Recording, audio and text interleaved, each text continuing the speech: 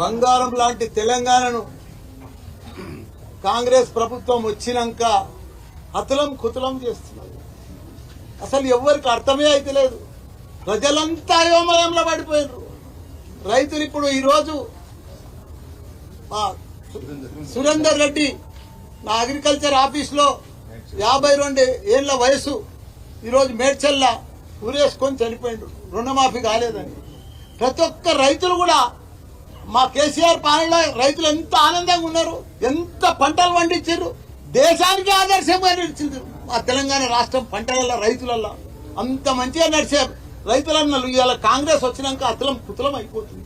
రుణమాఫీ చేస్తా అంటారు, మోసపూడితే మాటలు చెప్తారు, 32 కోట్లు అంటారు, 31 కోట్లు అంటారు, 42 కోట్లు అంటారు. మళ్ళీ ఆఖరికి ఇచ్చేది 10-12 కోట్లే. అవి కూడా ఎటు కాకుండా ఇచ్చేసారు. మళ్ళా గుడ్ల మీద ఒట్లు తింటారు, దేవుళ్ళ మీద ఒట్లు తింటారు. ఆ ఒట్లకు కూడా సరిగా చెయ్యరు. ఎక్కడ చూసినా ఇప్పుడు చూసినా అత్యాచారాలు, గుండాయిజము, రౌడీజము, ప్రతి జాగాలో కూడా ఇదే నడుస్తుంది. దయచేసి ప్రజలందరూ కూడా అల్లకల్లోలంగా ఉన్నారు. మంచిగా ప్రభుత్వం నడవాలి. కాంగ్రెస్ ప్రభుత్వం వచ్చినాక పెద్ద పెద్ద స్కీములు చెప్పిర్రు, కానీ వాళ్ళు ఏం ఇంప్లిమెంట్ చేయలేకపోతున్నారు. రైతులను కూడా రుణమాఫీ చేసి రైతులను ఆదుకోవాలని కూడా, మిగతా రుణమాఫీ చేసి ఆదుకోవాలని కూడా కోరుతున్న అందరికి కూడా నమస్కారం.